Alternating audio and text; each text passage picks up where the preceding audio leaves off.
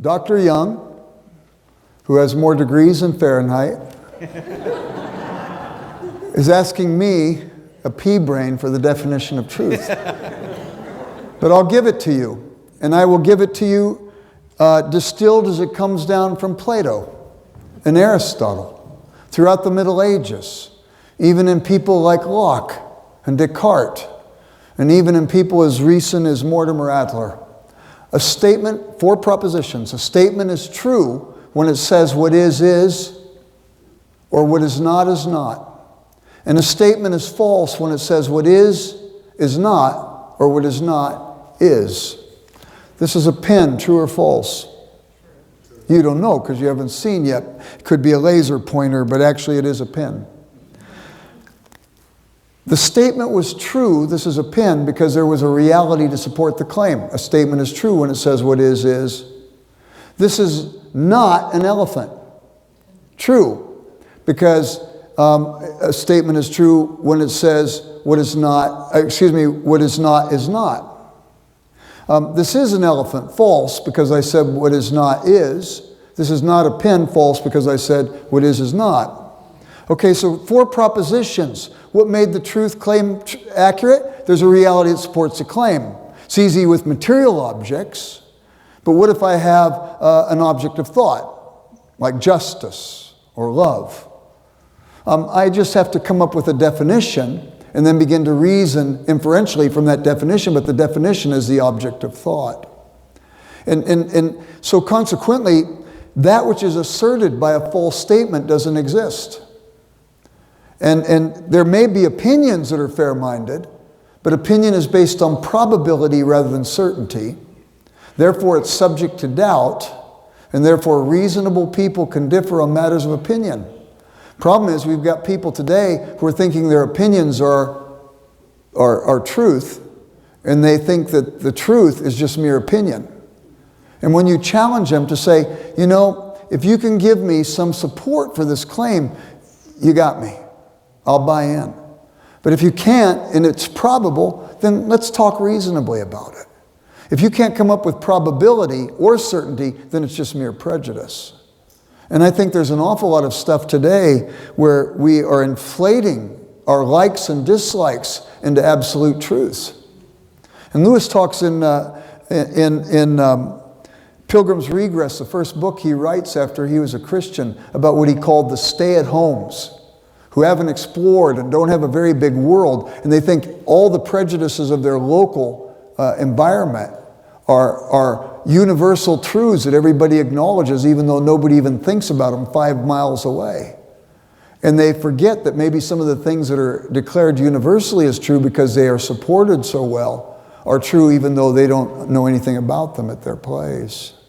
So that's the idea basically, is that truth, there have been throughout history anomalies where people have made claims this is how truth is understood. The utilitarians look at it one way, the subjectivists looked at it another way, but these things have not really lasted longer than a generation or two.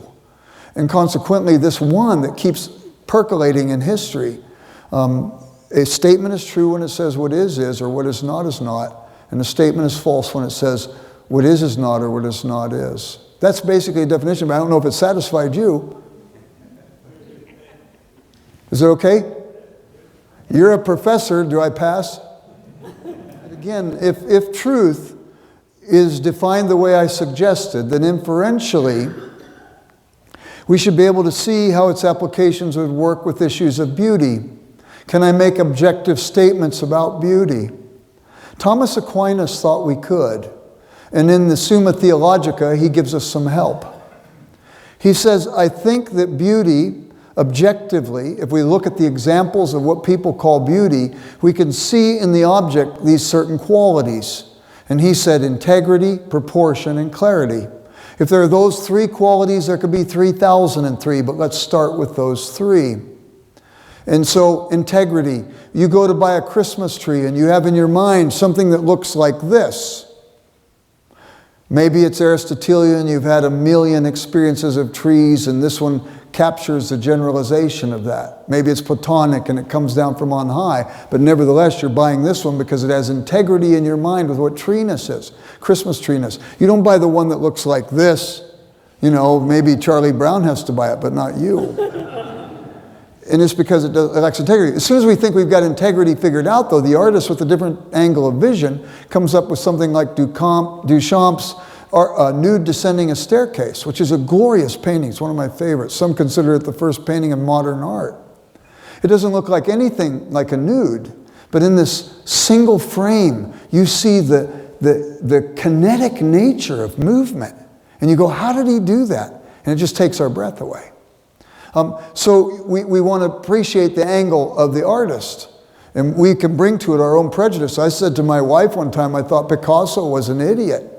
She said, yeah, what do you really know about Picasso? And I had to admit I didn't know anything. She said, then the first thing we have to do is re-navigate and negotiate who the idiot is here. And see if that idiot is educable. So she took me to the Chicago Art Institute where they had a Picasso exhibit, and we looked at it, and she's explaining to me, because she had taken a course on Picasso, what was going on, and I go, oh my word, I spoke too soon. She says, yeah, it happens frequently. Then years later, we were in Barcelona, Spain, and we went to the Picasso Museum, and she took me through there, and it took my breath away. I still would say he's not my favorite artist, but I am impressed with his genius, and I like his art a lot. For good reason. Okay, then you've got proportion. And we see that proportion can be developed different ways.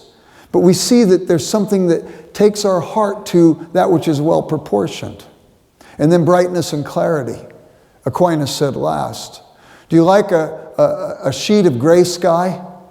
Maybe on a spring day you might, because it rivets your attention to the budding earth and the blossoming earth. It's spring with all the colors after a long winter.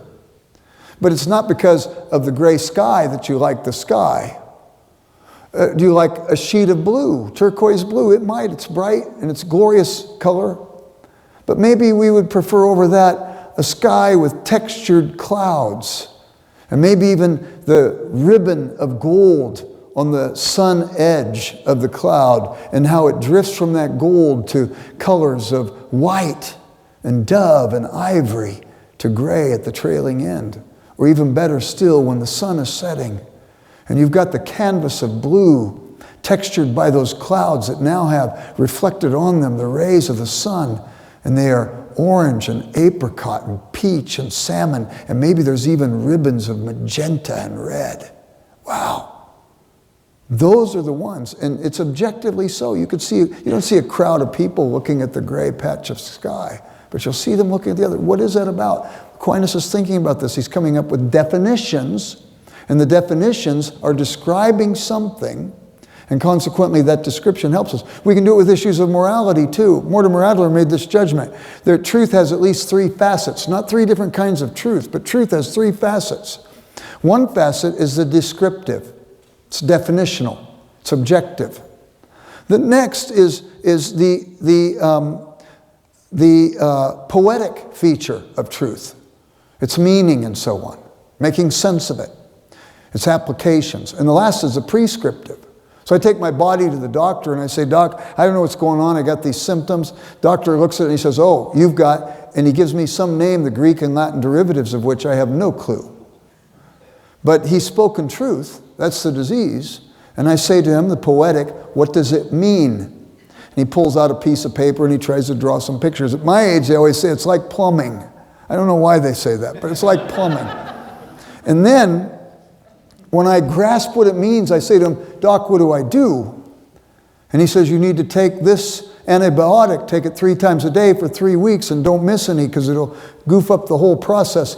And I go do it because I understand the truth and its prescriptions. And we can make moral judgments about truth, and if you don't believe you can, go read Aristotle's Nicomachean Ethics.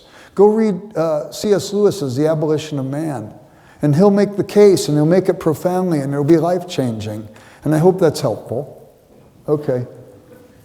And if you have any problems, talk to my wife. She'll put you in your place. Yes?